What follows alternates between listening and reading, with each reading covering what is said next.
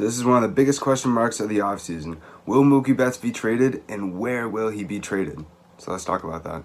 Hold up, wait until the whole team show up, yeah. I'm in Neverland, can't grow up, yeah. So after an awful season for the Boston Red Sox, now they need to take a step back and really sort of think about what are we going to do with this team, how are we going to lower payroll, and how are we going to still be able to be competitive. So before I forget, don't forget to go down and subscribe. I do weekly videos every single Monday, and they're videos called Weekend Reviews, and I talk about the biggest sports news that have been going on during that week. And also don't forget to follow my Instagram and also my Twitter, because I post every single day on those about different sports topics.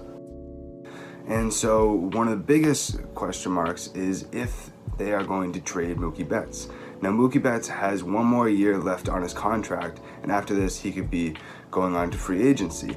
And Mookie Betts already has a projected salary of $27 million. Now the Red Sox are trying to lower their payroll down to $207 million, and right now they're at about $225 million. So this trade is going to be a real big question mark on how they're really going to maneuver this sort of money to be able to still be in contention and also be able to build up their farm system and sort of start to plan for the future.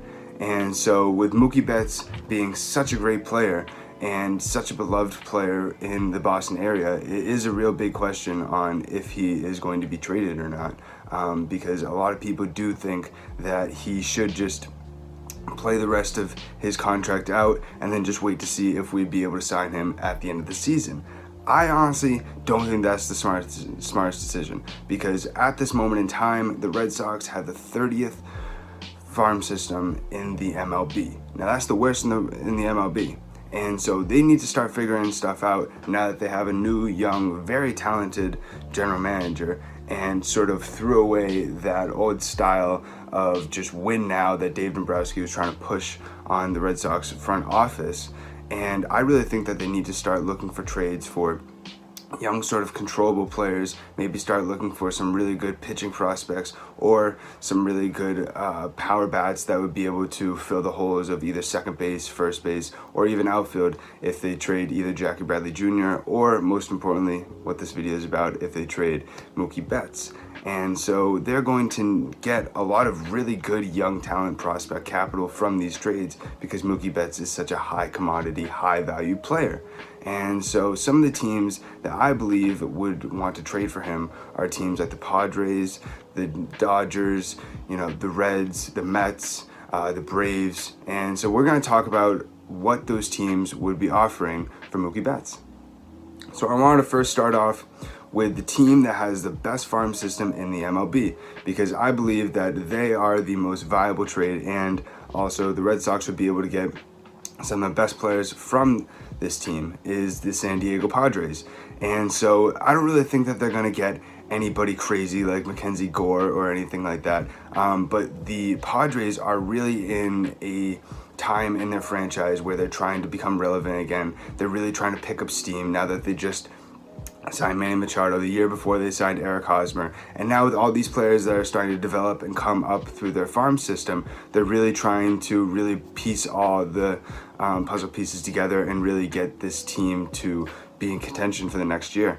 And so if they're able to get Mookie Betts, that team is going to be pretty scary, but they're going to need to give up a lot to be able to get him over there. So one of the pitching prospects that the Red Sox could try to get is Luis Patino, and he's one of the highly touted prospects in the MLB farm system at the moment, and other than Mackenzie Gore is one of the best pitching prospects that the Padres do have.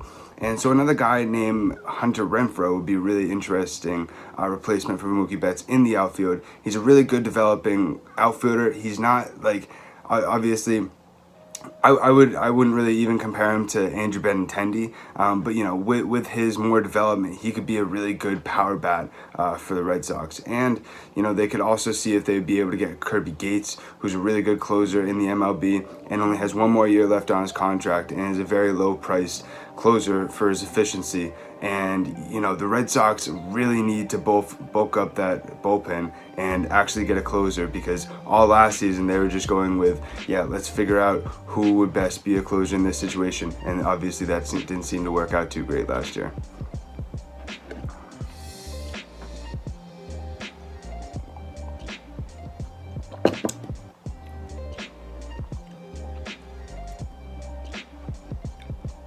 So I think that another team that would be really interesting, but this is a team that really needs to sort of like figure out which direction that they're going in, because they're one of the best teams in the MLB, but they're going to be losing a lot of people now that they're starting to age a little bit. But they do have one of the best farm systems in the MLB, and that is the LA Dodgers. And so it's not like I don't really think that they're going to be giving up any of their big, highly touted prospects. I think a guy that'd be really interesting for them to send over is a guy named Jock Peterson. He's one of their really good young outfielders, and you know, he also does play first base too, which I think would be really interesting if they could slot him in there and then just move Chavez over to second base, or you know, they could get creative and sort of figure things out this offseason and put Chavez at first and try and find a second baseman. But getting back to the Dodgers trade, I think that they could try and get a guy like Dustin May. I think the Dodgers would also be a really good fit too, since they have such a deep and diverse farm system, and I think that they have the perfect players to be able to really help the Red Sox find a really good trade. So the Mets are a team that don't have that great of a farm system, but they, you know, they're always in the hunt to find good players in contention, especially with their newest GM, Van Wagen, always really wanting to really try and contend, win now, making these really interesting sort of creative trades. But I really don't think that this is that great of a fit for the Red Sox, especially with the Mets not really having the talent on their major league roster that they would really want to trade. The only guys that I would really even think of are guys like Edwin Diaz, or another guy like Steven Matz, that they would be able to, one would be able to help with their starting pitching, and the other one would really be able to help with their bullpen. But I really don't think that those guys have a high enough value to really fit with a Mookie Betts trade. And lastly, the team that has everything that the Red Sox are looking for, the team that has the farm system loaded with pitching prospects, is the Atlanta Braves. Now, I honestly think that this is the perfect picture and the perfect team for the Red Sox to trade with. They have one of the best and upcoming farm systems in the MLB, and especially if the Red Sox can get a few of their really good pitching prospects, they could put some of them in the bullpen, they could develop some of them to be good starting pitchers, and you know, it's really tough, it seems like in the last few years, for the Red Sox to find those in-house pitching prospects, and they haven't honestly really been able to develop anybody through the farm system in-house since John Lester. And it would be really interesting, especially with Chaim Bloom's background from the Tampa Bay Rays, bringing up those players like, you know, Jeremy Hellickson, James Shields, you know, David Price, the list goes on. I think he'd be really good at finding those good, productive pitching prospects that would be able to help the Red Sox in their future. And so guys like Kyle Wright, Ian Anderson, Christian Patry, he's a really good outfielder prospect for the Braves. And then also Drew Waters would be a really interesting guy that the Red Sox could try and pick up.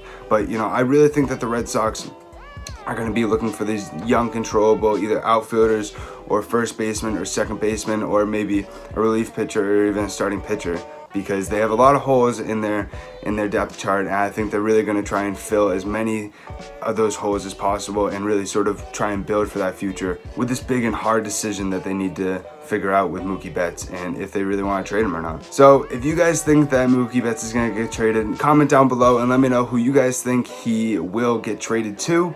And so I hope you guys really enjoyed this video. I really had a lot of fun making it. I'm going to continue to be talking about the different sort of players that could be getting traded, or also I'm also going to be talking about the different sort of off-season questions in the MLB. And so I hope you guys are going to be really enjoying these videos. Don't forget to give me a big thumbs up if you did really like this video, and look for weekly videos for weekend reviews. I do this every single Monday. Also, don't forget to follow both of my social medias. I post on those every single day about different sports topics.